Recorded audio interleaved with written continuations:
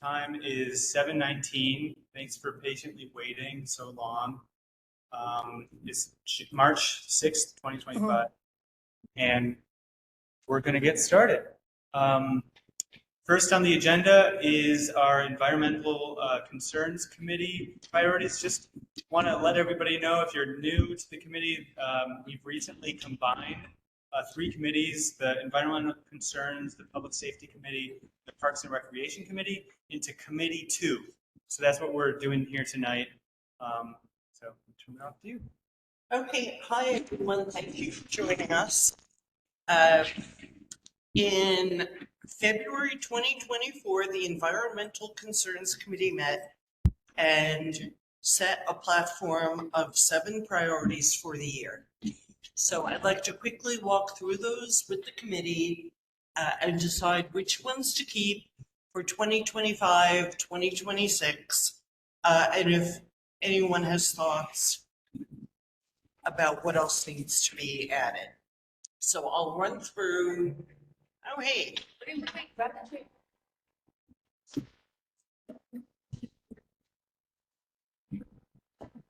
Okay.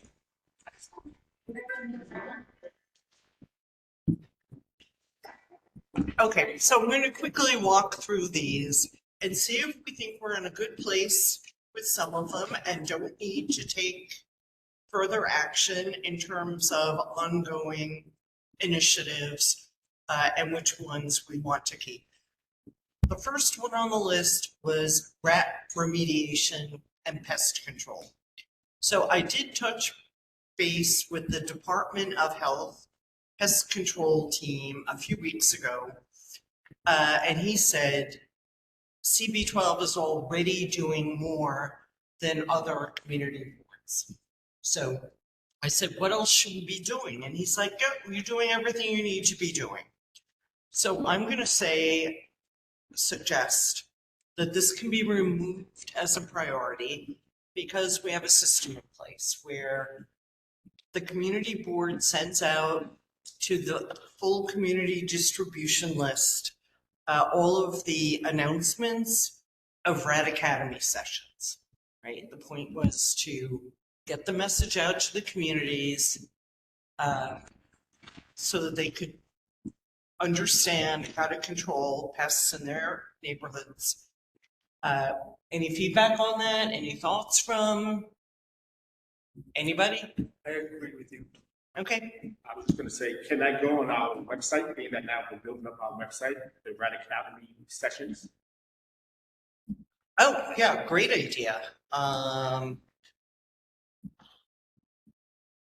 In addition to the community distribution list. Right.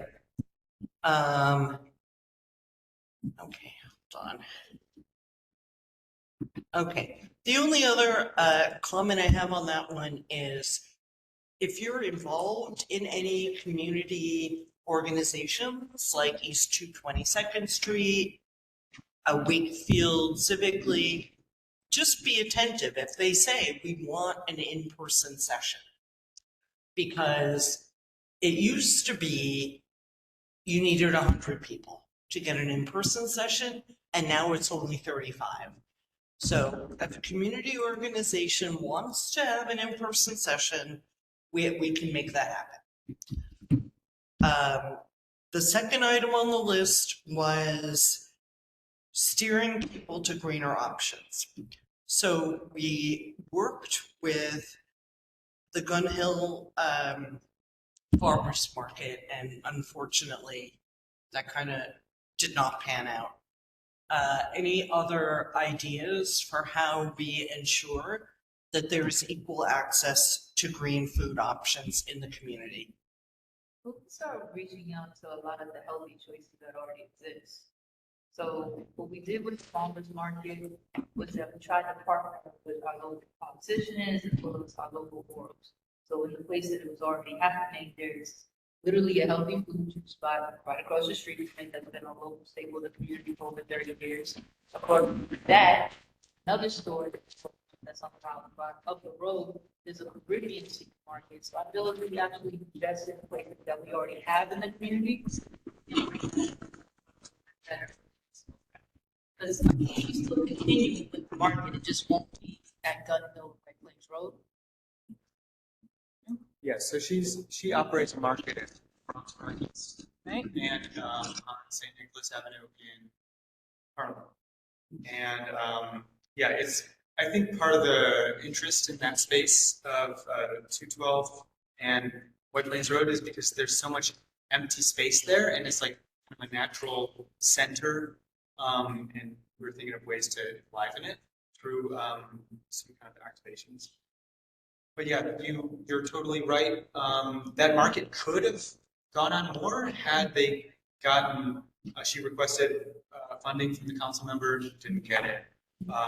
Funding from other sources, and it didn't pan out. But you know, if there's funding out there to support that, we had local organizations tabling out there. We had jump rope. We had a sprinkler. We had puppet shows from the Parks Department. So it's not just food, it's more like community enrichment activation. So, but it just needs some Montefiore, some other partner to invest in it and say, hey, we're gonna, this is important. For the first one, Councilmember Riley, so it was basically a series. It was happening every Saturday, which I appreciate her zealousness in that effort, but I think that was also a part of the crux of it, that we couldn't keep the same momentum. So the first couple of Saturdays with the council member and other local orgs involved in it had a great crowd. But then after a while, as it started getting colder, that was another aspect of it, people just started, drawing naturally back in. So maybe if we invite her back, but we do it a little more sporadically, like maybe 2 times in the summer, right? So it can be a part of maybe like Bronx Week, which happens in May, something like that. Excuse me. It could be a part of open street opposed to being Bronx Week. That's a busy location. That location is known for to shop. Most people are not there to really participate in those type of activities. But you had the farmers. There was a farmers market on the corner, and I don't think she had enough farmers there at the market for people to really see, I think, what was supposed to manifest right there. So I don't know. Like, I grew up in that community, been there like all my life. I don't know what that space looked like. I don't know. Maybe an open street, maybe once a month so people can come and enjoy. And you have the farmers market and different vendors there to make it, just. Yeah, we're And saying it the ca- same thing. And it can't be on a Saturday. It's too busy. Like you need Yes. a quiet time. Sunday maybe, it's more quiet. Okay, so we can just get back to her about different ways to collab throughout the year. Yeah, I think she's going to need funding because a lot of the challenge is that she, fronts transportation costs. The vendors need to make a certain amount of money per visit. So there's a certain amount of baseline funding that they need in order to sustain it, and that's where they don't have a commitment from anybody. With the grant writing, were they able to solidify a grant writer? I'm not sure. We can ask her to attend, and I'm sure she would love to attend one of our meetings to talk more about it. Bathroom. So the issue was no one would let no one use the Yeah. vendors use the bathroom. So she had like some challenges, and even the parks department would not have opened up the bathroom. The MTA was there, so no one wanted anyone to use their bathroom. So Right. there was some challenges with Yeah. the vendors. So is this something related to outdoor events? That's, I mean, committee 3, where they were introducing something to do with SNAP benefits, where they could use that, food. I don't know if you partner with them to do something, being that they want to push that initiative. I No, think, you're right. I think that's allowed. Yeah, and they had a SNAP kind of transfer point where you could transfer benefits and get health bucks, and you actually get incentivized to spend money at the free market because every $2 you spend, you get 2 free dollars. So it helps that people can use their SNAP benefits to get even more healthy food. I think that's what it says, that they can use it. So That's that shops. one challenge is that, I mean, it's a good thing, but there was like a citywide rezoning maybe a decade ago where they did like the fresh foods program where gave zoning bonuses to places that had grocery stores, and made it easier for grocery stores to be built in this district. So that's why you've got Western Beef, you've got Cherry Valley, Fine and Fair, all on White Plains Road, and there's like a high density of fresh grocery stores. So that's another thing where, you know, you're talking about access to green food. There are several grocery stores around providing access, but Yes, I mean, I never had a problem on this end of White Plains Road finding resources for fresh food. You know, you've got, what is it called? Metro Food, whatever, the new one where there used to be a Rite Aid. And then on 236, there's another supermarket. And in between, there's a whole bunch of smaller vendors of produce. Okay, so what are we agreeing for next steps?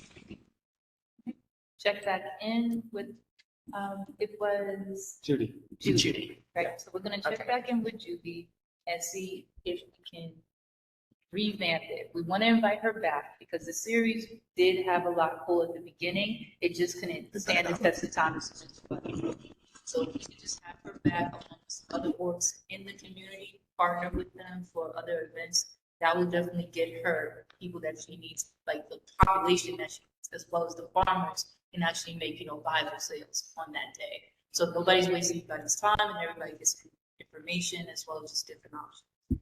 Okay, great. Thanks, everybody. Next item is curbside composting. So that's happened. I have had 2 complaints that people's brown bins never arrived. So I filed complaints with DSNY, and then they kick it over to some other branch of the organization. And so I never get answers. So I'm going to stay on top of that one. But has anybody got any feedback about how people are dealing with curbside composting? Are you feeling like people are buying? People are trying to comply, and I'm one of them. But my problem is, and I've stopped sanitation. I've asked them, when are they gonna pick it up? Because nobody's picking it up. You'll hear another truck is coming, another truck is coming, and nobody picks it up. You know, that brown container has been out there for 2-3 days, then I just bring it back. So, you know, nobody's picking it up. That gets pretty nasty after a couple of days in warm weather. So, I have the same issue. You know, I call them every week on Thursday, because they haven't picked it up. In fact, I called them today because they haven't picked it up. And that's mine, and I think there's on one other weekend that I see on my block, and the next block down, I see a couple down there. You know, but every week I call them. You know, sometimes I stand up and tell me, well, it's a holiday. You know, there was a holiday. I said, well, that holiday was on Monday. You know? Yes. But they use that, you know, not going, you know, but every time, I think it's only one time since they went back that I didn't have to call, and that was last week. Last week they picked it up, so I said, oh, yeah, fine, I can maybe do it right now. I put it out this week, and it's still sitting. That I think we had the guy on the sanitation guy was on one time. Yes. And you know, I stayed there, I stayed there, you know, I was super nice. So stuff, or to find, well, who's gonna pay me if you don't pick it up? You know, that's how I feel about it. Actually, so they're not. You know, and it's one thing in the winter, it's gonna sit there for a few days. But wait till it warms up, that's gonna get interesting.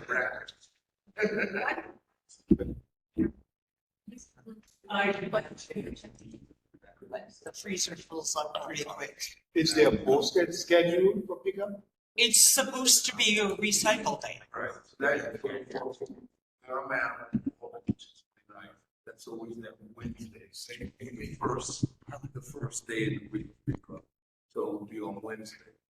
Yeah, it's your regular recycle pickup. So when they come and get the plastic and the cardboard, that's the day they're supposed to pick up the brown bin. Okay, I will reach out to our DSNY contact and raise that issue. Sure. Or inquiry. Uh-huh. So I saw something, I don't know if I saw it in the news or somewhere in the web, that they're gonna start giving out the containers for free. The brown bins are free. Those, last I read, they're still charging for them. No, no, the council just passed it, so if you can find out when they're gonna start giving them out for free. Like, But I think they said something about having to have staff. no, I heard somebody say something. no, this is something that when they came to us like a year, 2 years ago to speak about this, we told them that this should be free, that they should not be charging us for it, because I went out and bought them, you know what I'm saying? They're gonna reimburse them. They're gonna reimburse for the ones. They're gonna reimburse us, but I'm like, by the time I get reimbursed, I'd rather just take the L. What I'm saying is that they're gonna start giving them out for free. So if you can find out, 'cause I went to sanitation the other day and the dude was in La La Land. He was like, I don't know what he's talking about. So if we can find out with our peoples as to when they're gonna start giving out the garbage cans, both with the recycled ones and the black ones, like that we know, and we could let the community know. Because I told the dude in sanitation in District 12, I said, you're gonna have a line of people coming in looking for these bins. You know what I mean? So I want to at least go back and tell them that, you know what, I found out where and how and so forth, so, and then we could just spread the word. Yeah, okay. I thought they were still charging $50 a piece, so I'm sorry I missed that With one. the council passed the bill, I think last week. Oh. After we told them that they shouldn't have that from the beginning. I bought mine from here. Yeah, I bought mine from there too. Yes, 43 bucks. Yeah. They're gonna start giving them free. Which, I bought mine. yeah, but by the time you get reimbursed, you gotta rather just take the L, you know? Okay, cool. And starting April 1st, they're going to start giving fines. So that's a whole thing.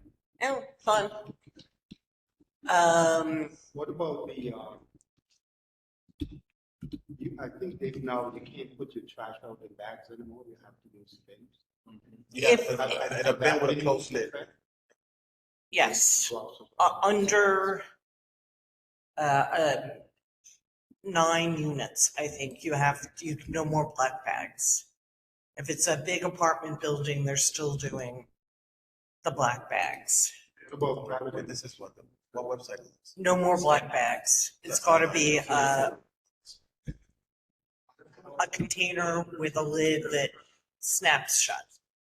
Oh, this is only free for owners of 1 or 2 family homes who also receive STAR. So it's not for everybody, and it's not for apartment buildings. I think I called them. That's what I'm saying. Besides, So I said on that. yeah. Star, yeah. I think we do one of them. I think we do for the start because I think that's a contribution. I just never. All right, cool. You could continue. Okay. Okay. Yeah, if you don't have school-age children, yeah, definitely.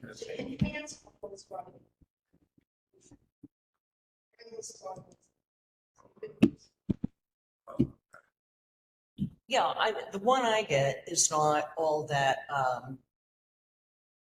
huge an amount of money, but it's something. Okay, moving right along, 5G towers. I honestly have not done any more research on this. The only thing I've done on that is tell Woodlawn Cemetery that because they are a landmarked property, they can prevent a 5G tower going up and blocking their view. So I haven't done anything more. Local Law 97, moving along. This is 5 or 6 years away. I was worried about it because it means that all apartment buildings, or I forget how exactly it works, but apartment buildings of a certain size will all have to be electric by a certain point. And given Con Ed running kind of amok lately, I did some research into it, but there's really nothing out there that I've been able to find. But again, it's 5 or 6 years away. The concern is that landlords will pass along the cost of the conversion from oil or gas to the tenants, which they're allowed to do because it's a capital improvement. So more to come on that, unless somebody else has any insights into this. I'll just keep an eye on it. Yeah. Oh, you know what? Just to add, for just regular homeowners, right? There's a $10,000 you get it from Con Edison doing it right now, and then there's something like a $2,000 tax rate.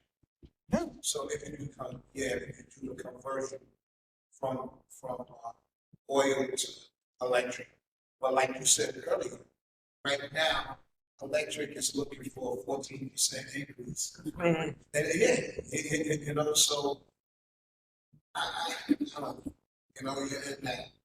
you're in that box. You know, on one hand they give you a $10,000 tax incentive, but then they look like they're taking it back.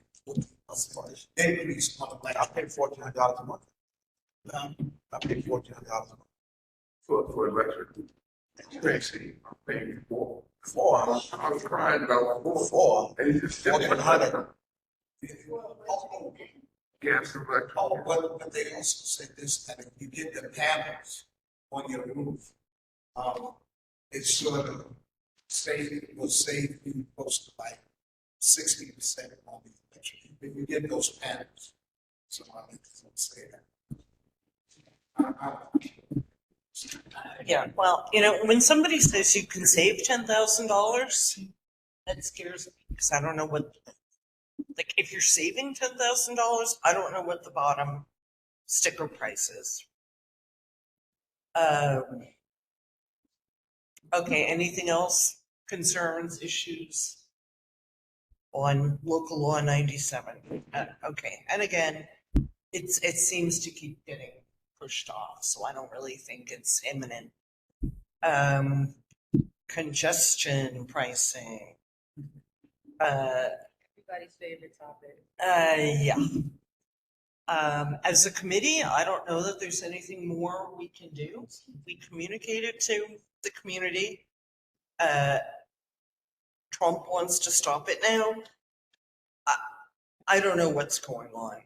At least. Halt. What? Sorry? Somebody online said something? This is Joan. He wants to halt it. He wants to do it on April 2nd. He's putting a hold on congestion pricing until But he says. April 2nd. But Governor Hope says that it's right, they're still gonna be charging. You know, I kind of think right now you gotta go with Hope right now rather than Trump, and his commissioner. Because she said those cameras are gone. So if you get down there, you're gonna look to pay. I pay every day. Yeah. But I they charge me and I'm not even going to the thing. You know, see, I called Easy Pass and they still haven't fixed this. Alfredo, you know if they are. You're not going. I'm not the only one. They do that to a lot of people. And they charge you every day. $9 every day. Yeah. Alfredo, do you know if they're at least giving a discount to first responders or anything? Supposedly, yes. Supposedly they're doing that and to cab drivers and so forth, but like regular motos like us, they get me getting it with $9. I mean, my thing is that I don't even go to there, so I'm saying I'm still getting it with the $9. Because the FDR is not part of that, but they still No. give me a bill for $9. Oh, nothing. Right, but That doesn't make a whole lot of sense. Okay, It doesn't. Yeah. So you don't, you're not even in that area. yes. 2 packages then, sir? Huh? 2. Check it. That's all I'm just looking at right now. Well, it's not. One from yesterday and one today.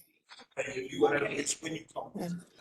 For the meeting, okay. See, I paid, they charge my house pay bridge every day, and they charge me an additional $9. You come over what bridge? No, It's coming.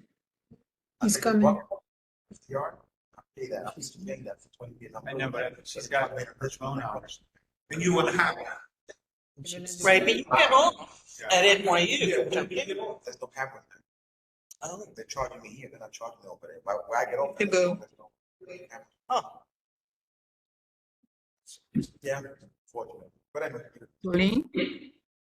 Okay, so are we saying we want to keep an eye on this as a committee, just to report back out? Yeah, because supposedly then they put this forward because the MTA needed money, and it's also about a way to,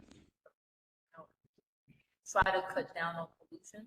It would be nice to see if we know the actual data of how this is affecting. Because people that work downtown have been saying that it looks like a ghost town. Where? And when they first rolled it out, people were saying it looked like a ghost town. Like people really did abide by it because they were trying to avoid the $9. But now that we're kind of in the middle of it, I think everybody's just like, I'm just gonna take it because I have a choice. So it would be good to see if this is really affecting the pollution problem and where the money is going that they're collecting for this. That's not the point. Where the money is. That's very, where the money is going. That, and what they say that is so far as working, they're saying with the pollution, and they're saying that, the owners, the small business owners, they're saying that people are still coming. You know, because I thought the business owners down here, small, like the restaurants would have been hurt, but they're saying again, you know, people still are coming. The other drivers are saying the traffic is great. I was down there one time, a couple of weeks ago. I had to rent a U-Haul for the church because we do a food pantry. All right, that's the only time I've been down there, right? And U-Haul did contact me and say, it was $10 more because they charged their little fee. I saw the traffic. The traffic was much better. You know, but personally, my personal, I'm gonna check my Easy Pass because if he's saying he's getting billed for it every day, to check my Easy Pass. Other than that, I called him. I called Easy Pass. He said, "You're not the only one. We're gonna look into it." yeah. But you know how that goes. $9 a day, yeah. Yeah. We clocked it out to pretty much it's 5 G's a year. Train person. Wow. If you go every day, you're looking about 5 G's out of pocket, and I don't know about y'all, but 5 G's. Oh, that's gonna hurt. Well invested into something else. Yeah. Oh, Okay, one more item on the priority list, stormwater management. So I did read there is an initiative to start replacing the stormwater, I'm not even sure what the right word is, receptacles. But it's a slow process, but it's underway. So I'll have to follow up with DEP to get more details than that.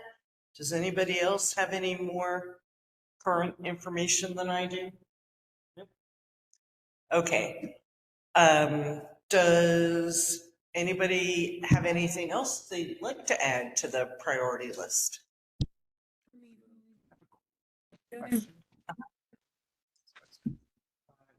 Does somebody online have a comment? Was that fine to record?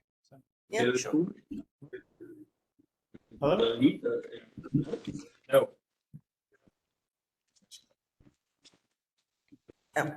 Can't really hear you, but Parks doesn't really get in this priorities list, right? That's separate? The Parks stuff? Yes.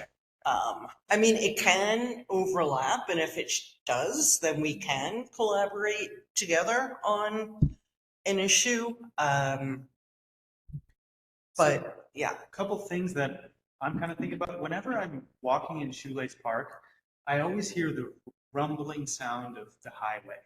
And I was wondering if it'd be possible for there to be a noise barrier set up along the highway so that when you walk through the park, you don't have to listen to all the noise of the highway. This is something that, doing some research, the state highway department they can do that, but it's an obscene amount of money, as you can imagine. But I think talking about things like this, about what is the experience in our parks and environmental concerns, and noise is one of those concerns, something to talk about. And so that's something that is thought about. Also, we're going to talk about it later, but some of our parks facilities have lead pipes, which means that drinking fountains have lead in them, which is kind of alarming. Particularly Gun Hill Playground, but we're going to talk about that later. But yeah. Okay, so I'm ready to wrap up environmental concerns subcommittee topics. Two minutes. Who picks up the refuse when it's like over on Webster Avenue where Woodlawn is? Eventually, we call DSNY and say, please come clean this up. Because I come through on usually on Tuesday morning because I take my grandson to school and it just be mild garbage over there. Where? On West Avenue, where you come down to 33rd and make the left, go to Gun Hill. Actually, the car washes. Yeah. Well, and that's the other thing. What they do Yeah, all that is gone. They'll clean it up in 24 hours. it's high. It's sometimes. So They you did can a tell. sweep, they did a sweep there like 2 days ago. They removed that boat and then removed a bunch of those trailers that were there. There was a boat there. They cleaned up a lot of the sanitation. Today, It was like 3 days ago. Like Today. the 4-7 had a big sweep there. Oh wait, I should be well, I sure. was Oh, wow. there today. And then they dumped again. And it was done. Like she said, every day was done. Amount, you know, where there was a problem. And then they was on that on the bridge, 38. So they finally cleaned it up. And people coming. And part of the problem is because those car Department washes. heads. Said, you know, they're not gonna be thinking about this. Supposed to do something to distribute, they don't. Sanitation they have the ability to put up cameras, and they will fine, and the fine is pretty heavy, like it's thousands and thousands of dollars. But you have to get funding from your council member, submit a letter from the community board for the location, and we could try that for somewhere. The other thing- I think that's part of squad. But the other thing is, it's right here on 230th and Portland. On one side of the street, there used to be a house there. They tore the house down because you know what I'm talking about. Yeah, they tore the house down, so it became a dump. They fenced it off. So now they're not putting it on the property, but they're putting it along the side. On the side of the house. Right there. So the grass was cut because the people in that house right there, they were trying to sell it, so they cut the grass, but make it look better. But right on the street, right there where that truck is, people dump on there. And then if you go to the other side of the street, that house right there was a fire in there, as you can see. They rebuilt it, they remodeled it, they went in there, they fixed it, but nobody lives there. So now people are throwing garbage along where that car's parked. It's bags of garbage. I don't understand. It doesn't make sense. You know what it is? That it's our own people. It's not like it's people from Riverdale coming to dump. It's our own people. And the reason why I said that, I live by that park. I live on 232. Oh, okay. You know what I'm saying? So you'd be surprised the stuff my wife has seen in front of our house. But I don't want to say it. But it's our own people, you know what I mean? And there's not much we can do. And it doesn't make sense. I've seen people come out of their house with a bag of garbage and walk into the corner and leave. Yes, I've seen that. You know what you just said, right? I stopped. I still a journey. In Virginia. his house. I saw a No, I gentleman haven't come out. forgotten. I'm in another meeting. They said, okay. I saw a gentleman come out of his house, walk to the corner, have a small business on White Plains Road between 240 and 239, close to 240. And on that corner, 240, garbage, right? You know, there's two small churches. I spoke to them, right, because I thought maybe they were doing it. And they said, no, they said, we're not doing it, somebody else. When I saw the man come out, old gentleman, maybe about 80 years old, he walked into the corner and left it, and I said to him, I said, sir, I said, you live right here. And I said, why would you take garbage from your home? You're a homeowner. You pay taxes, they'll pick it up. You know what he said to me? He said, please, don't bother me, don't bother me. So what I did was I told sanitation on there, because I like stop the sanitation guy. And I told him, because, you know, you write tickets to these cars, that's not good. I said, what about the garbage here? And he said, this is what he said. He said, you know who's doing it? I said, I do. And I showed him, I said, the house right here. And I showed him my shield. I said, I'm retired in New York City. This guy, I saw him. This is what he said. He said, well, the next time you see him, he said, try to take a picture or something and then call me. I said, listen, first of all, I can't do that. I said, that's against the law to take a picture of somebody without their permission. Yeah. It's called like voyeurism and stuff like that. I said, what I'm telling you, he said, well, if you could get it on video for me. I said, you know what, you're full. You know, I said, for real, are you serious? You know, I'm telling you who's doing it. And No, I saw it. He told me, he said, well, what I'll do is I'll go speak to the guy. He did go speak to the guy when I saw him. And when I seen him, I said, so is he gonna stop? He says, I spoke to him and I said, the garbage is still there. He said, well, what do you want me to do? Well, yeah, you know, I just don't understand it because people come and take your garbage away. Keep going. I'll show you. No, keep going the other direction. This way? It's on that side of the street, 240th and White Plains Road. Yeah, now go up that way on the same side. Keep going. Keep going down. Yeah. That's the metro. Yeah, keep going. Yeah, keep going north. No, you're going south. You're going south. No, keep going south. Okay. Right over here? No, you're not at the corner yet. You gotta go a little bit more. Yeah, you gotta go a little bit more. Keep going. All right, right there. No, you just right. You see where that white car is? Yeah. Right there. And if you go, no, not that. Right, this corner right here. It's clean. That right there, they put so much garbage. All right, and if you go in the block, if you go in that block, I'll show you the guy's house. That's. But you know, yeah, you go down that way, I'll show you. Okay. But I had the same issue with. He got young, but it's young people that live in it, like his grandsons or sons. They don't take that. Yeah, well. Swim all the way uptown if you wanted to. Yes. I know they said, like you said, you seen a sanitation guy. Well, somebody in that block between 230th and 231st, they were doing some work, they were getting stuff mailed to them and whatnot. And then they was dumping the boxes right by that house.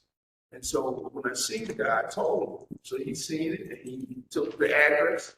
He went over there, he issued the something with it. You know, he issued the something with it and made him pick up the dog. So if the guy that you spoke to had there been an address somewhere, then you could have got it. No, address. Okay, guys, can we wrap this one up and move on? The last item I just wanted to put out there for the committee's consideration is I do usually attend solid waste advisory board meetings, and their big topic last meeting was the Packaging Reduction Act. So even though food waste now goes in the freezer, to go in the brown bin, I still have all this trash. And Swab says it's because, say you need 40 string beans. If they only come in packs of 30, they want you to buy 2 packs, right? So that's why you don't, that's their explanation for why you can't go to a market easily and find vegetables, produce in open bins where you can buy only what you need. So that's something I've been keeping an eye on in terms of how it's working its way through the state legislature. So if that interests anybody else on the on committee too, please let me know, because it's always good to have help keeping an eye on these things.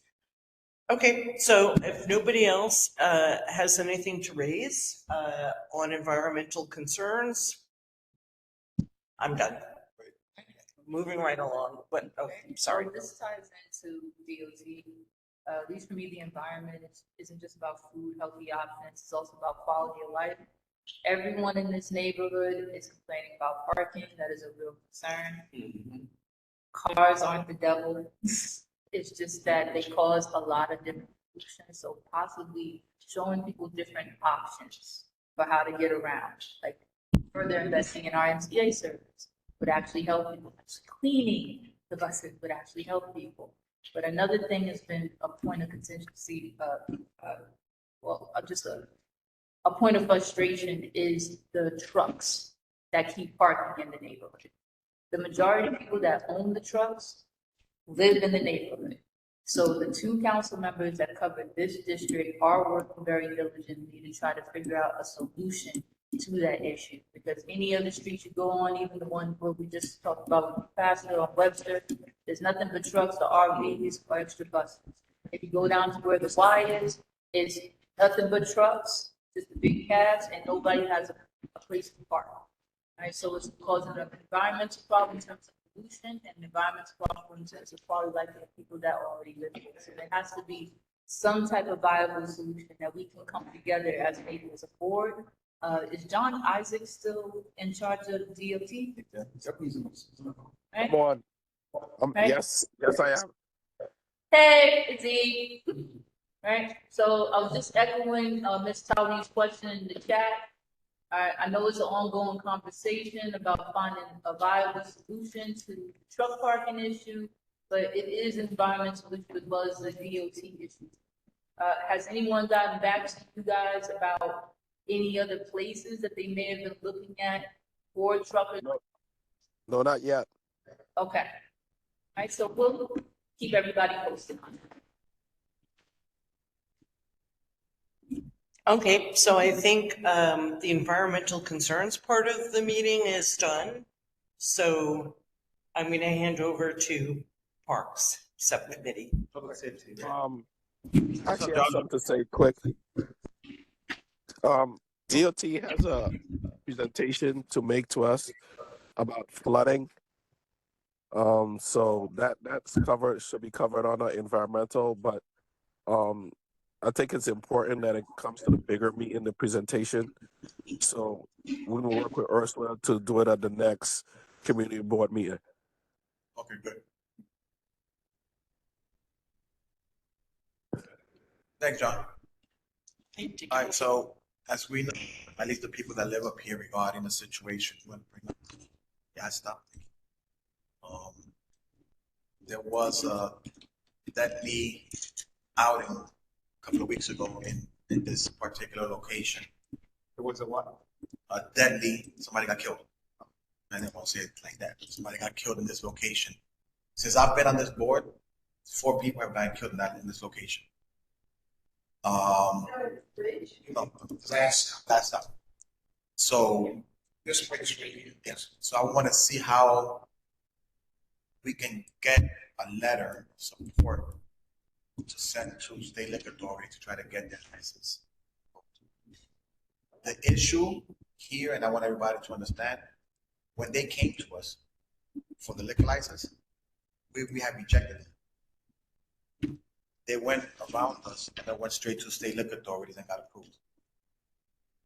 So this is something that it has to be brought up, I don't know, resolutions or something that the elected officials have to do, that any license, whether it's a new license or a renewal, has to come through the community board for approval. I also sit on the business committee and we approve these licenses. And some of them, when some of them come, I check the building department to see if they got violations. And I tell the guy, listen, we're gonna give you the license, but we don't wanna hold you up. But when you come for renewal, the items I tell you to take care of, you better have them taken care of, otherwise we're not gonna give you a license. I don't know what happened, liquor authority must have gotten a lot of complaints from store owners. And they said any renewals does not have to go to the community. And that's a problem. Unfortunately, there's only so much we can do. Because, I mean, if the higher ups say it's okay to do that, there's not much we can do. But for this particular situation and this particular space, I would like to get a letter of approval so we can send to the liquor authority to have the liquor license revoked and not ever issued again. Another thing is that some places, when they get their license revoked, they sell the place and somebody else gets it. But there's been 4 murders. Just understand that, 4 murders in this place in the last X amount of years. 4 murders in the last couple of years. Like, let's say a span of 10 years. But even if it's 15 years, it's still 1 too many murders. You know what I'm saying? So we got to not set an example, but let people know if you're going to come to our community, you're welcome. You're welcome to come. We love the new businesses, but you have to comply with, our regulations. You cannot just come up here and continue opening up businesses, go around us, and continue to have the same issue. I mean, just a question. Of course. Why did you guys reject them? I'm just curious. Okay, sorry. So besides the issues with the killings and stuff like that, the local precinct keeps track of complaints that happens in any business in our neighborhood. So when someone comes for a liquor license, we usually get the report. And sometimes, I don't know if I can say this, but sometimes the precinct says, we reject you guys giving these people license. But again, sometimes people know people, and sometimes people say, oh, those people were mean to me and they didn't want to give it to me, and you're taking away my business. And I guess liquor authority decided to say, you know what, for renewals, you're not gonna come to us. So I just Googled it, and it says a murder occurring on the premise of a club holding a liquor license can be a violation of the licensee's obligation and potentially lead to license suspension or revocation. So maybe that should be added. So why they gave him the license again? You see what I'm saying? Maybe that could be added. No. And that's one of the issues. If that's one of the topics in which you cannot, why did y'all give it to them again?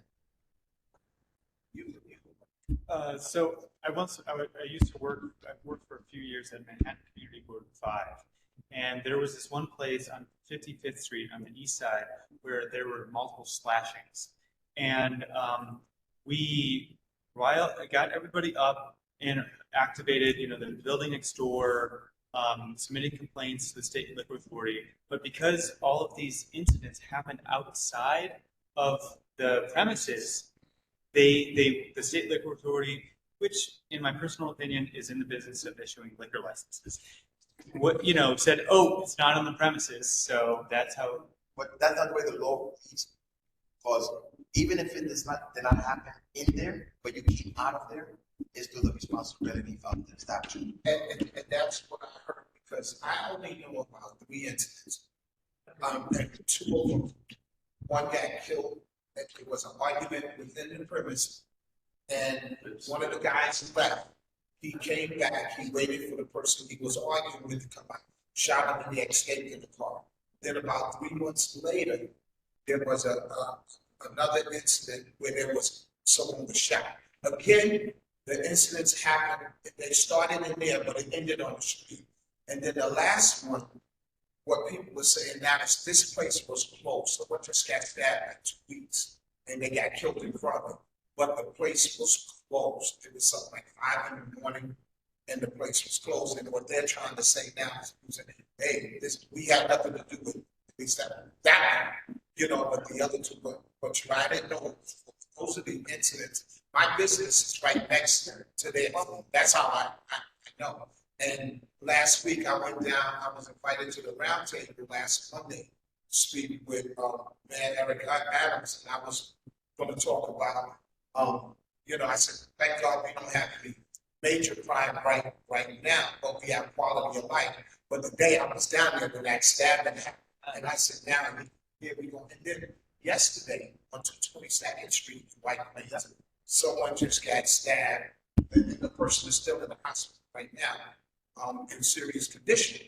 You know, so now it seems like it's coming like an uptake again in Wakefield, you know, with the violence. But like he said, I always understood that the community board has a big say-so in premises getting a liquor license. And if they're not going through us, that's, I hate to say it, but I think it breeds corruption. Yeah, I mean, so again, I would like to get a letter of support, get to the board and decide it. I don't know if it's gonna do anything, but at least we can say that we tried.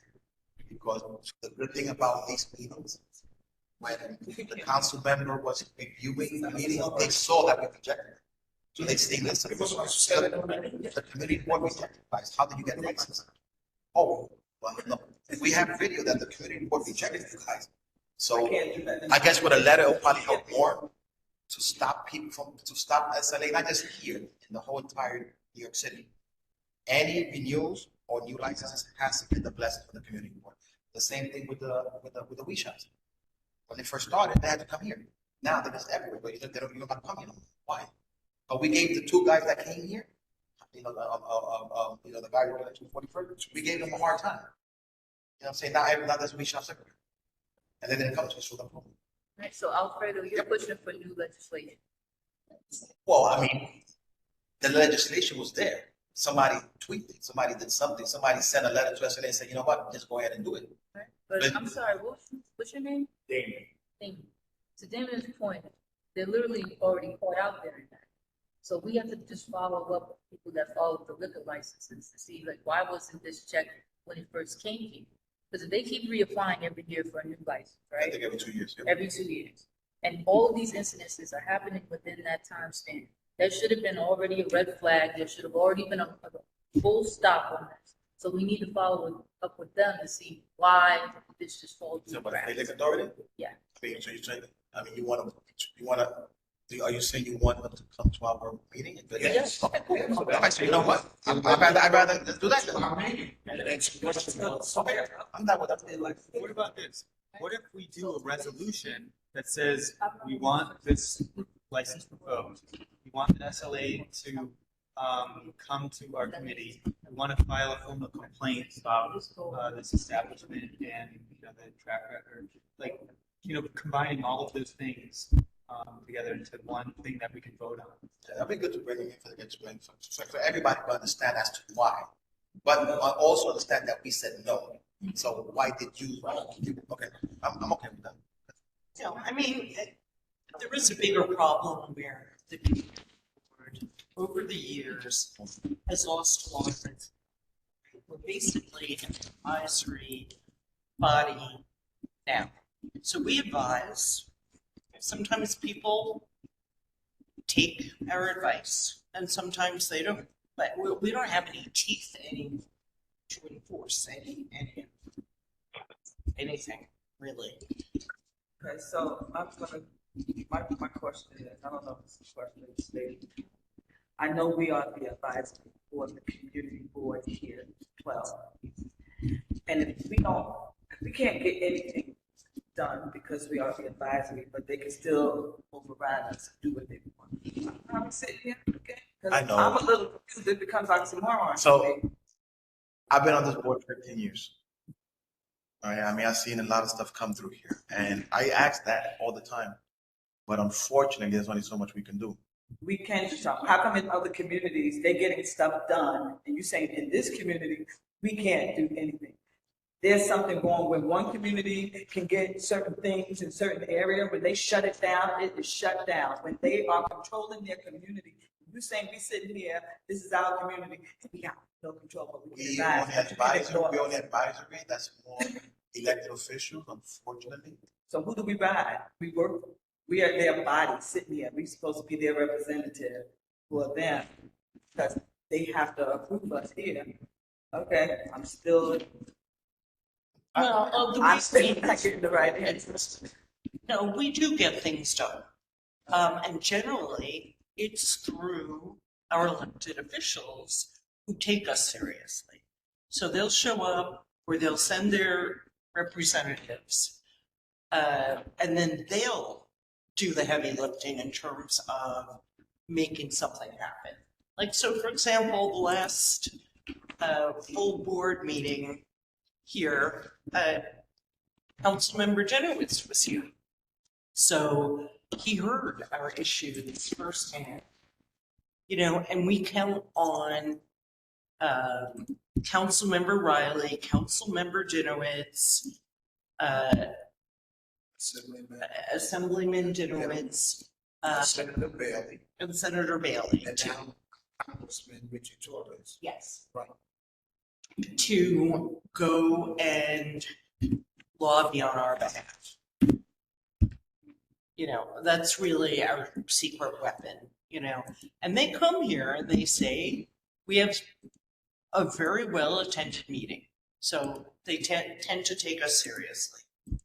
And quite frankly, I don't, as long as what we ask for to be done, it gets done, I really don't care. If it's the way they have to do the heavy lifting, just let them do it. But we do need, because if we have, you know, no say so, honestly, I wouldn't even want to be sitting there. You know, because to me it's a joke, because we say, hey, you know, you got to go through a process. You don't just get to be here. And just for people just to be able to say, okay, you're just an advisor, we don't have to, no, because we live here, you know, and our kids and our parents, we live here, you know, and just like she said, in other communities, downtown, they make things happen in Paving Place, 86th Street and everything, their community boards, how could they be stronger than ours? Are they showing up? Is it because the community is showing up in numbers? Like we need certain things done, or like how is it really done? For example, you said with the liquor license, if we don't approve it, but they go around you to still get that liquor license in our community. How is that done? Should we be protesting? Should we be standing there saying, no, you can't come in, you can't get this liquor license? Like, how does it work? What is? See, if they want to come to us, we say, no, that's it. They cannot get liquor license. But if they go allow us and they get it, what can we do? Well, that's what we're gonna invite them here. I wanted to call you to explain why. How did that happen? You know, to explain why. Right, yeah. So, Susan, you have something you want to add? so we're kind of like the megaphone for the community, right? Exactly. And when the community has issues or has something that they're upset about, we can vote, we can make noise, we can make a stink. And this is why Alfredo wrote a motion here to take a vote and to publish letters, send it to our electeds. This is how other community boards get stuff done. That slashing I was telling you about, they weren't able to revoke the license because of all of these rules and stuff, but they were able to heavily fine them. And after all of those fines, and one of their employees was actually dressed up as a police officer, and they got a ticket for impersonating a police officer. That's how bad it was. Their security guard was like in bulletproof vests and stuff. And that was part of the hearing too. But it's part of it's, you know, we got to show up. We got to use our quorum to our advantage, vote on things, write letters, press our elected officials to stand up for us, and also submit complaints to the state liquor authority. So I just submitted in the chat this complaint app, or this complaint form. And when you submit this, it goes right to their enforcement division. They take really seriously sale to minor, sales to intoxicated person, and you put in the complaint, and they will investigate it. And this is how you can, get some accountability for these types of things. Are we sure that they received the original letter where we didn't approve it? I believe they did. Do they send us something to say, to acknowledge that they received it? We don't prepare the letter. Okay, actually, freshman, they're the ones that send the stuff out. Because if so, that'd be good to have as well, because then that's proof that they did receive from us that we didn't approve. Yeah, no, When but they- the council member, I think, Dinowitz and his office went into our meeting back when and saw that we did reject them. They are also involved in asking us, like, why did they do this? You know what I mean? But they did their due diligence. They checked our recordings and saw that the business committee rejected it. So how did they get a license? If they got rejected. So all right, so that's a good question. Motion is to invite the liquor authority here so they can explain to us where the lack of accountability happened. Yes. I second the motion. Is it just particular to these bar or considerably general? Well, just in general, in regards to their way of allowing businesses to bypass us because it's a renewal. Because most licenses are 2 years, so every 2 years they gotta come to us. But I haven't seen nobody because now that I know, I'm like, wait a second, now that's why they come to us because now it's automatically used. You know what I mean? And it's not like it's not like we're community board in Manhattan that gets 20,000 new liquor licenses. I mean, there's not too many people opening up businesses that have to do with drinking. Right. You know what I mean? So, the ones that already have them are automatically getting them renewed because they don't come to us. And we have a lot of them to tone them before they used to come to us all the time. They don't come to us because they don't need to. You know what I mean? We gotta be able to show that the community behind. Can't be a megaphone if you don't have it. That's right. You can only have unity if you have a megaphone. Megaphone you have. Because it's just like in a perfect example. How many people have heard people complaining about that 39 bus? How long they have to wait for it? Well, who do they complain to? Each other. Yeah, see what I'm saying? Each other. And definitely. So we have to be able to have a megaphone that is backed by the people. They got to know that when we talk, we're not just talking for us. We're talking for all of them. And that's how it has to be. Otherwise, nothing. That's why they get things done downtown. That's why they get things done across town. Because when they come, they know that they're not listening to 15 people. They're listening to 1,500 people or 15,000, whatever. And that's how it has to be. That's the only way it's going to work. Same thing with that bus. That bus is ridiculous. And I'm getting off topic, but I don't understand how come over there on the 31 buses, how come there's 3 buses Every right 10 minutes. and then the next people, now the bus. Doesn't make sense. Nobody complains except each other. I complain. All right, so but you complain to Gun Hill Depot. We'll bring this up. Another thing to touch on the trucks. Okay. I mean, the trucks is a big problem. It's been a problem. Ever since I moved up here. A lot of people that have these trucks, they live here. That's what I'm saying. They live here, and it's sad because there's nowhere for them to put it. And it's not. Yonkers was allowing them to park between Yonkers and 233rd, and what happened? People were dumping stuff, thinking it was the truck drivers. And Yonkers said, you know what, I got to put your trucks. The Reed Bridge, the 47 with DOT, they did a big enforcement. They removed the trucks. Talene just put something a little while ago that's supposedly this truck in. We got to understand, there's nowhere to park these trucks. There's places. There is places. There is places. All right. Across the street from the Home Depot, that lot's been empty forever. That lot, now, but what I'm saying is we had an issue with trucks forever. We've had issues with trucks forever. Why did we give that parcel to MTA when we have issues with our truck drivers? That would have been perfect to retrofit that for the trucks. The same way to go to Connors by the Connors off the 95, where the MTA is at. Yeah, I'm not sure exactly what kind. Okay, the bus stop over here, this way. Oh, this is right there, right there. You see, right there, right, sir, right there. See, you see where those are old abandoned buses. Now, that lot right there has an in and out. You could put so many trucks in there. So you mean to tell me that they rather put abandoned buses there than our used trucks? Huh? No, that's just for show, to show that we have abandoned buses. What I'm trying to say is, why can't our truck park there? They use it for parts. I'm sorry, I retired transit, but they use them for parts and stuff. They take them old buses and they swap them out and use them to. No, what I'm saying is that that's a perfect site for our truck driver. You know what I'm saying? To put in buses. But they could do, that's a different, that's a different conversation. That's a different conversation. I'm retired. I get a check. No, what I'm saying is that we're saying we're complaining that there's nowhere to park. I just showed you guys 2 places where we could park. And we chose not to. So when our truck drivers come here and complain to us that, you know, you're not being fair with us, that you're giving us tickets, and they always say, where y'all want us to park the trucks at? We can't say that, but there's no place for us to park the trucks. But, you know, for the near me, right, I'm on where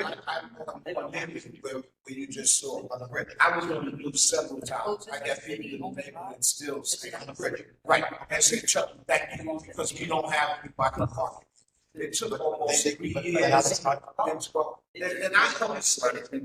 and I understand that, but let me tell you, my big concern, my big concern was at the time, because so black people, you know, that Catholic school barn, unfortunately, right there. And then there was people, like, that lived in the neighborhood with nurses, right, that were coming home late at night. They walked on that bridge, and there were so many trucks. I kept saying, you know, all it's gonna take is a woman to get killed or raped or something, and you can't see, I drive there every day, and you can't see if a person was being attacked because of the trucks and everything. And that's so it's a safety issue. You know, it is. Even for the kids coming. So now it's clear, right? But let me tell you what else is. I did see some truck drivers one time. I thought he was putting the garbage in the garbage bag, right? Which he did, but then he left the garbage bag in the garbage. You know what I'm saying?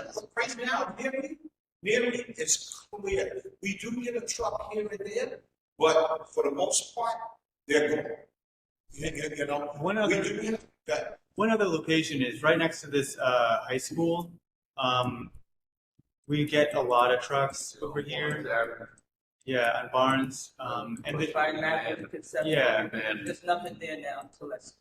But if you Right. go on the other blocks where Glen Hill Houses is, the whole block is literally lined with trucks. It's like during the day, you may not see so much because of course everybody's working and out on the street, but as soon as you're coming home, the kids are coming home, they're re-lined up with trucks all over again. And one other issue is that, like, these trucks, like, I understand that people living here use them, but they're making these turns. These aren't truck routes. Barnes Avenue is not a truck route. And there's these giant trucks operating and turning around. They can't see around their vehicles. These are right next to schools. Kids are crossing the street, you know? Yeah, I know. But it's just. Because I'll be there if I live here, and I jump on my truck every day at 4 or 5 in the morning to go deliver goods for everybody else, and I come home tired. I need a place to park my truck. I don't have it, you know what I'm saying? That's a problem. And a lot of people that live in our community are truck drivers and truck owners that their job is to deliver goods to other people. But our own people are being taken care of, and that's a problem. That's always been a problem, and it's going to continue to be a problem until people step up and say, you know what, we're going to find a place for these guys to park. Alfredo, could we put together a list of all the places we just looked at and then resubmit this to our council member and everybody else? so that they can look at it as viable solutions, because we have the spaces. I know it's New York, property is tight, parking is always gonna be tight, but if we have spaces like that that are just being misused, like that whole space where it's just people pushing buses, it's like, I'm a technician by trade, scrap is my life. I'm also married to a trucker, so that is my bread and butter. There needs to be a happy compromise on this, a better usage of space. And I mean, because this, everybody, they always come and they probably say the same thing. You guys don't nothing.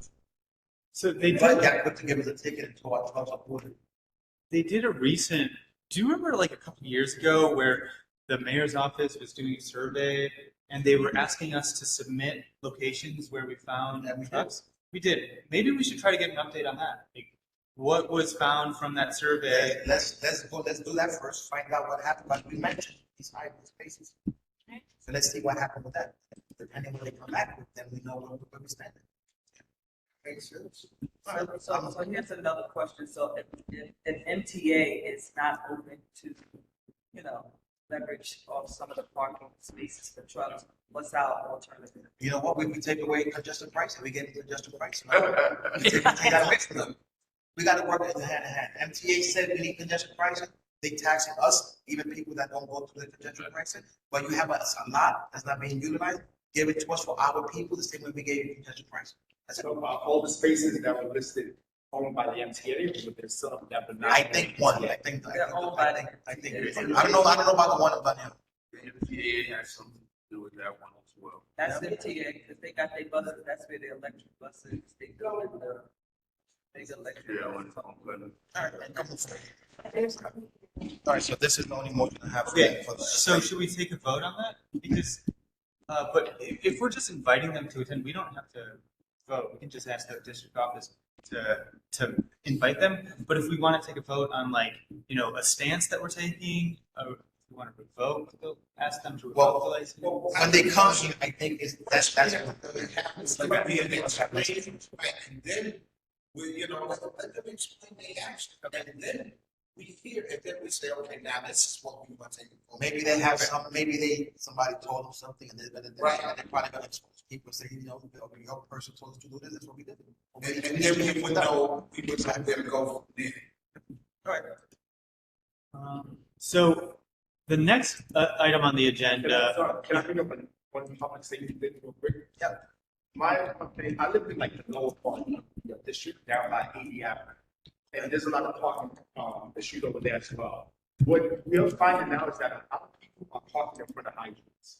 And with that issue that just happened, I think like a Golden Globe where they was blocking the hydrant and two people, died because the fire was to them at the time.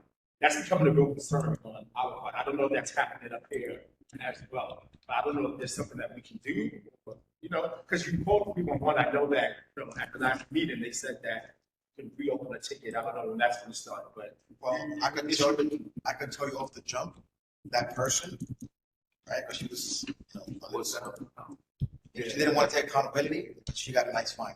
yeah, Nice fine she got, and people are gonna start getting nice fines for parking in the hydrants. yeah, I see it all the time. There's no parking. You know what I mean? But you can't park in a hydrant, and then when something happened and you're in live TV and they're telling you why they would park, but then You care. then my point. So you know what? They should have taken her car away from her driver's license. I would say they should have broken windows because I thought that's what they do. They do. Break your Well, windows. they do. But it looked like they were real nice, like how they do. dig the holes and everything. Yeah, they will break this, but no one, it's two places, no one is ever really supposed to park. Bus stops, right, and hydrants, all right?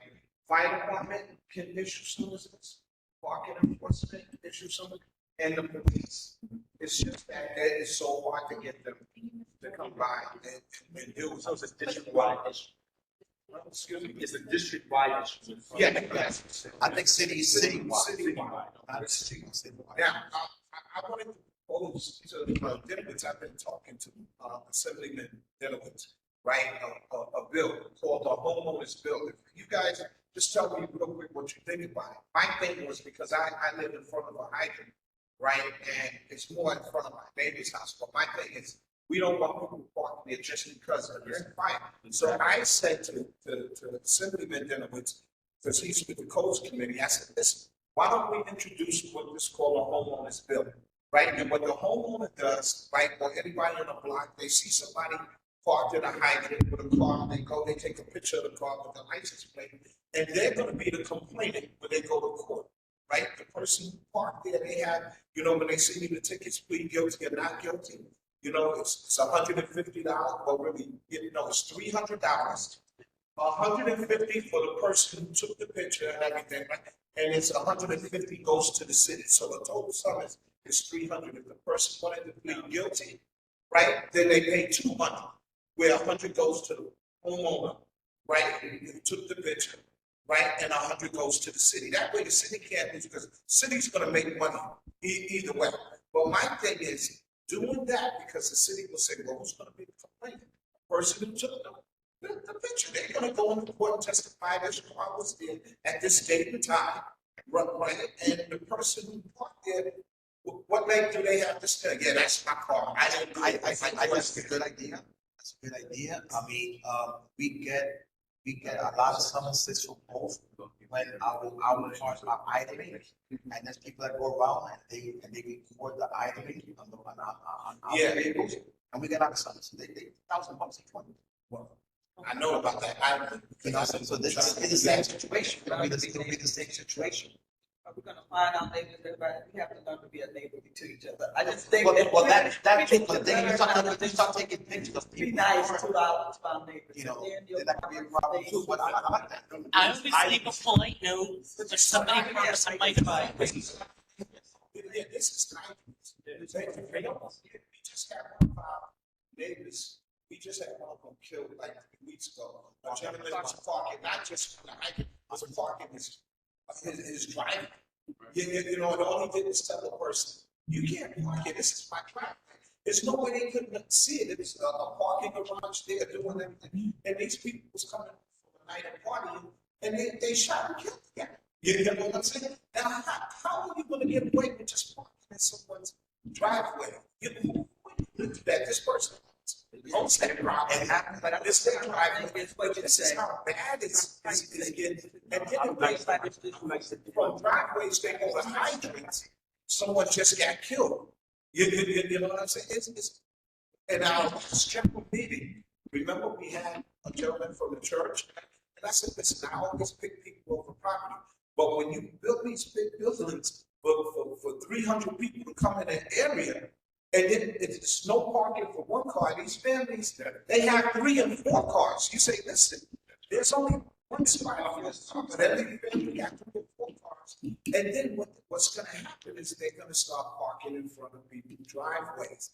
And then that's going to be, and that's going to be unnecessary fights. That's going to lead to serious injury or death because people are saying, well, I got to park. It's 3 o'clock in the morning, right? This person maybe they're in for the night. No, this person got to come out 6 o'clock in the morning. So if you're parking there at 3, they don't even know who you are. They're going to knock on your door to say, can you move your car? How is that going to be fair?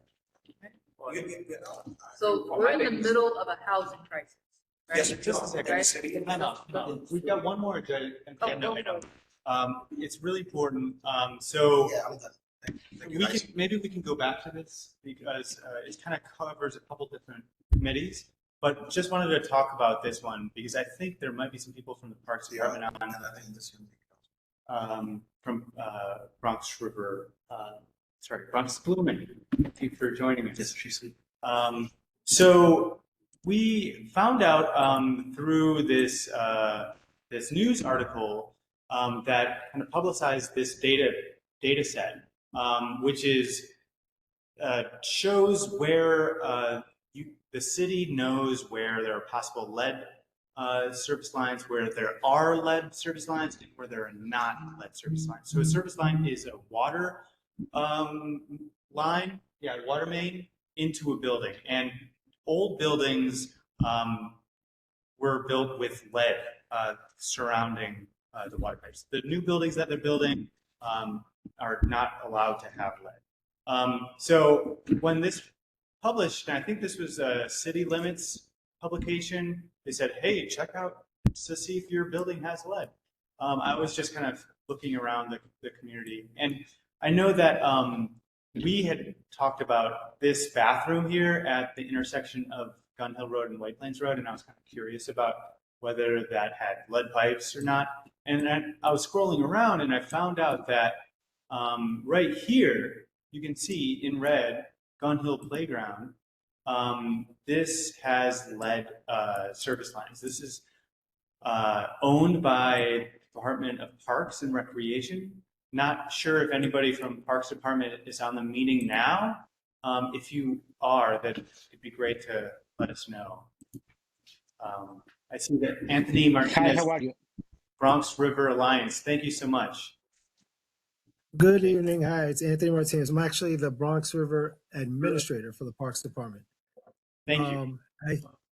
You're welcome. And I also think, so that playground, I think Juan Cortez, the District Manager for the Parks Department, I think he's on this call as well. And that falls under his jurisdiction. Hi, how are you? Jump in.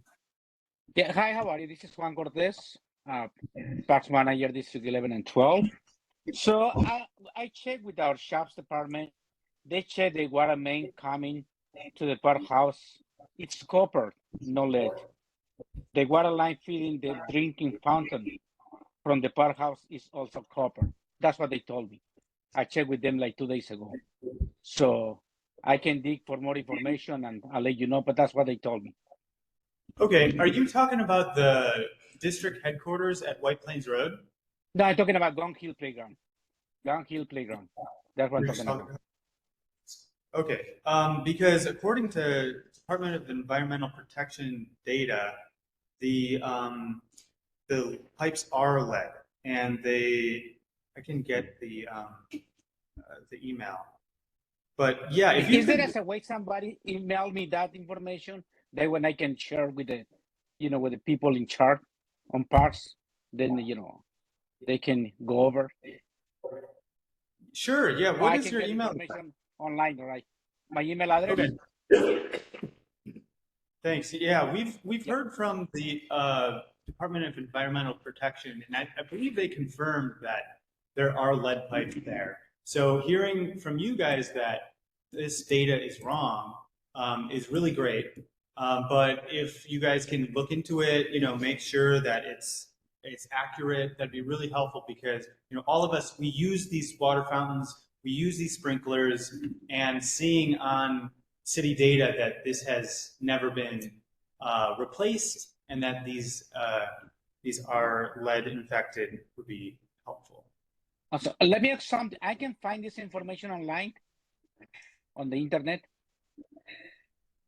What's this website that you? Yeah, so I'll send this to you. This is, I'll put it in the chat. This is the New York League of Conservation Voters, and basically they made a user-friendly map that takes data from open data, which is a New York State based thing, and they made that data kind of more accessible. So what you're looking at is a Department of Environmental Protection data set, and we've confirmed with the people who produced this map that there are galvanized service lines requiring replacement. So galvanized is a little bit confusing, but basically the zinc coating on the galvanized service line, which can be steel or iron, contains lead. So it's not entirely made out of lead. It has a zinc coating that is made out of lead. So that's what the city's data shows. And it's just a concern that we have when we're drinking the water out of this fountain. And furthermore, a lot of these other sites, they aren't even on the map. And so it really makes us wonder, like, are other places that are owned by parks, are these also lead infected? These maps just don't have the data. And it tracks that, Gun Hill Playground is a really old facility. And it makes sense that there's never been a capital project here. So if you guys are saying that there isn't a zinc coating and that the zinc is not made with lead, that would be great to confirm. Yeah, that's what they told me. It's copper. However, I want to dig more information. I'm going to try to find this information online. All right. Thank you. Okay, no problem. Thanks. So that's a great question. Can the water be tested? How to be tested? Yeah, I'm not sure. Juan, do you know how often the water is tested? I wish I would like to have that information. I have to check how often they test it. I go back to you. Okay, thanks. No problem. Okay.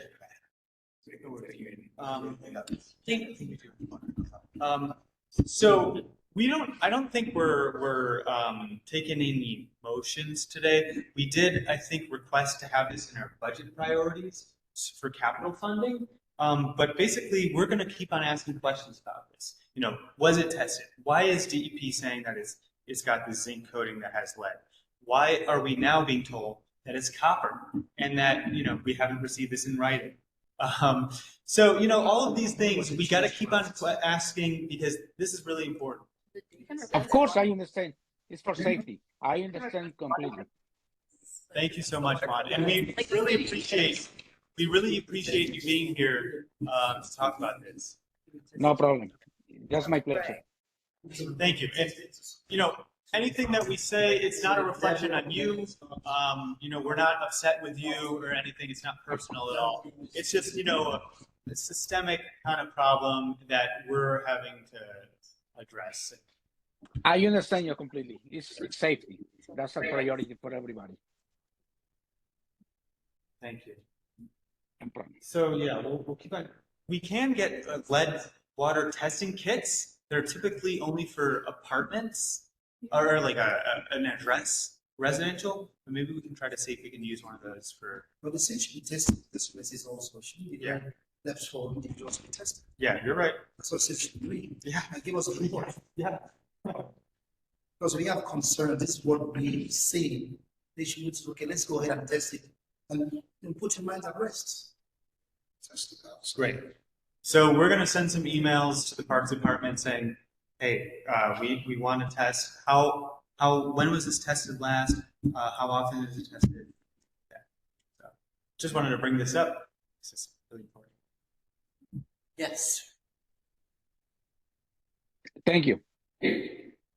New business. Did we want to talk more about the parking? I know it's 9 o'clock. I thought we were going to do an all-nighter here. Is that right? Can I jump in for 1 second? Yeah, This is please. Anthony Sorry. Martinez. Yeah, I'm just jumping in because I was actually asked to attend this meeting regarding issues about District 14 headquarters and the Bronx River Parkway. Yes. So- Thank you so much. Yeah, please. So what we Go ahead. what we've heard from, so if you're not familiar, Bronx District 14 headquarters is this building that for the public it kind of is abandoned. It used to be what they used to call a comfort station. That term is not used anymore. I'm going to share my screen. So it's under the train. It's Parks Department property. It's being used by the Parks Department as their headquarters. It used to have a publicly accessible bathroom. That's been closed. This has been an issue because when we were trying to activate this other parks property over here, we were told that our food vendors would need a bathroom, and since this is parks property, we thought, we could use the bathrooms over here. And Parks Department said that it's not publicly accessible, that the bathrooms are closed. You can see these windows are bricked up. This is where the Parks Department has their headquarters, where their staff come. And from what we've heard, just through grapevine, it's a pretty dilapidated space. And we want to advocate for capital funds. We want to see what does it look like inside. We're not allowed inside. Are our parks employees dealing with asbestos? Are they dealing with mold? What's the condition of this site? So we wanted to talk to the Parks Department, see if they have any plan for this site. Can the bathrooms be publicly reopened? How much would it cost to upgrade this facility? Stuff like that. Okay, so I could give you a little information on the building itself. So like you mentioned, at one point they did have public bathrooms that were accessible, which have been, I mean, they've been out of service for I don't even know how long. I've been back in the borough for about a year and a half now, but I've spent most of my career in the Bronx. So the inside is district headquarters. So where you saw that the other angle where you had the truck parked, that's the entrance into the building. So when you go into the building, yes, right there. So you can see it right there. That's the entrance going up. You see that white door. So you go inside. There's a lobby. There's the supervisor's offices are to the right, one straight ahead, and there's a break room to the left where staff go in there to get their equipment. They have their locker rooms. They have a place for a break. It's refrigerator, microwave, water fountain, and there's one bathroom that's used by the staff. The other parts of the building, as you mentioned, are shut down. So they do use it for sort of to the left of that truck, that area there, which is accessible from the inside of the buildings where the employees keep equipment, the weed whackers and the smaller equipment like that. And they're right in there, exactly, that gray door. So recently, like within the past month or so, the agency actually went into there and rehabbed the inside of the facilities for staff. They raised the ceilings, they changed the lighting fixtures, they did tile work, they did painting, they fixed the windows. So they did some in-house improvements for the staff that's there, new lockers, things like that. And I think they're coming back in another week or so to do painting on the inside as well.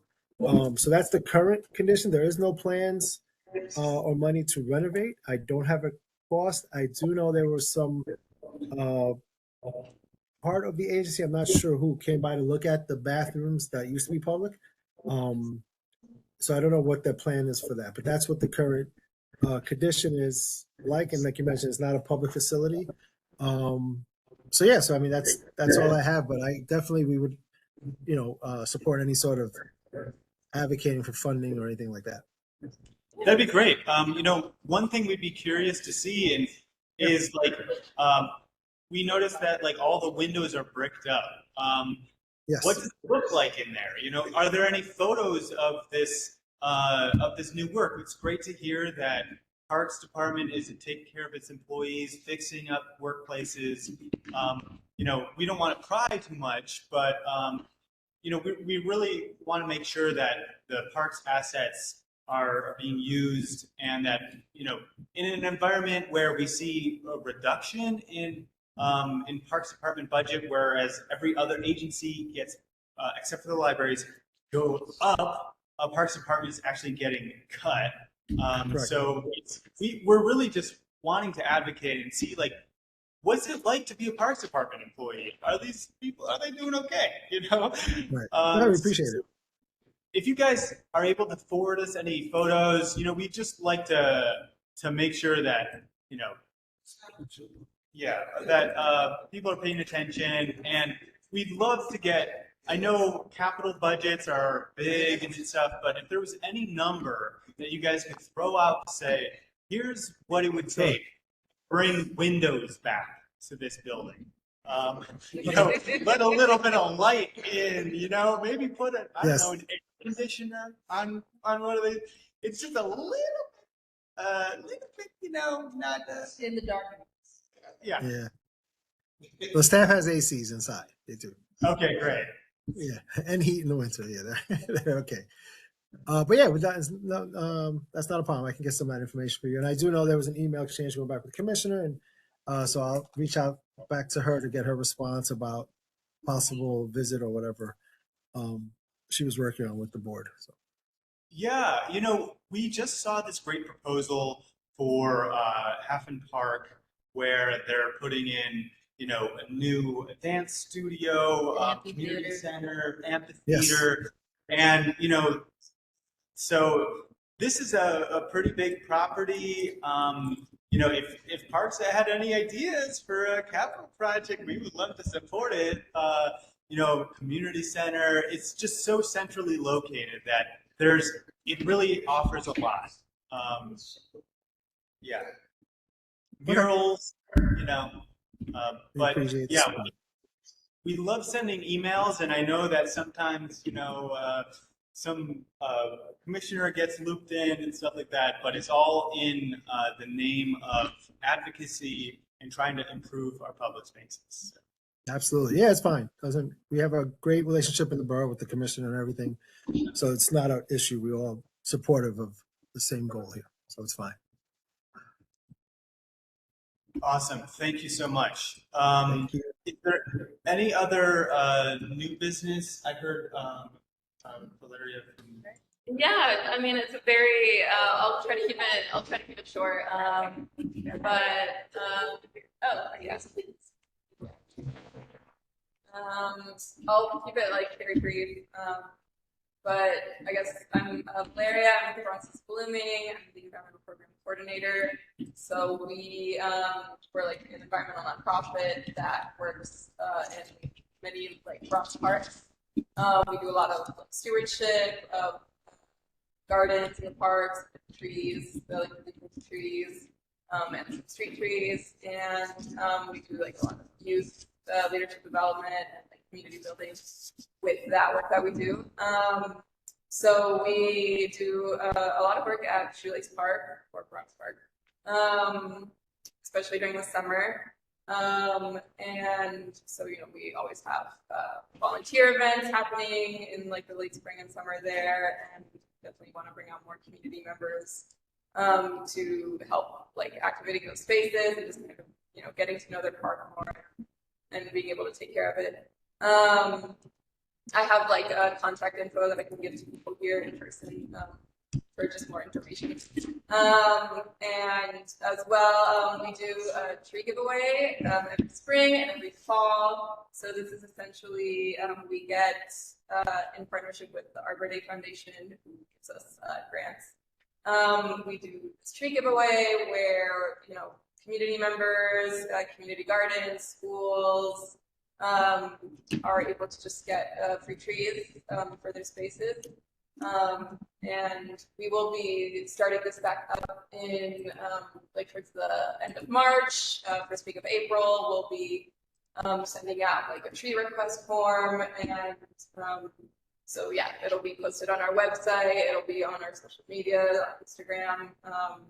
And this is just a pitch for anyone who's interested in that, or if they have community members, neighbors, schools, anyone who would be interested in receiving these trees. Obviously, like having nice green spaces, proper trees is like really important in the Bronx, given the history of like our borough being super neglected with like accessible green spaces. And yeah, this is just like another aspect of wanting to expand that accessibility. So yeah. Thank you. Just want to shout out, Valeria is really active in this WhatsApp group that we have for Friends of Shoelace Park. And Jennifer Sada's here also. Feel free to say hi. You guys are really amazing, do great work. And we're working together to try to make Shoelace Park more collaborative. So we're working with a lot of neighbors to talk with the Parks Department to see where can we plant more trees, where can we create a pollinator garden, where do we need to improve fencing. So Jen, if you feel like you want to, feel free to say a few words. I know it's late. Thank you for the opportunity. For giving me an in. Also repping Friends of Shoelace. As Lucas mentioned, that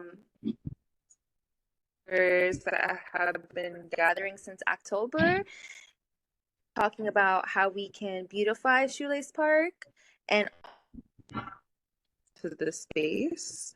So we've been having a lot of virtual. Has some walkthroughs, and we have a lot of we're planning for coming up in June.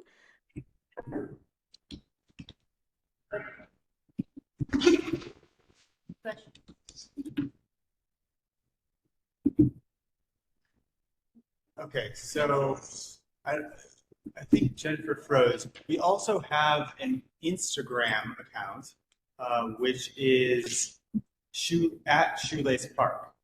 I believe this is the right Instagram account. So I'll just put that in the chat. So yeah, feel free to follow us, give us a like, and thanks everybody. Motion to adjourn unless there's other business. Second, all in favor? Okay, hearing no extensions. Thanks so much, Anthony. Thank you. Have a good night, guys. Good night. Back.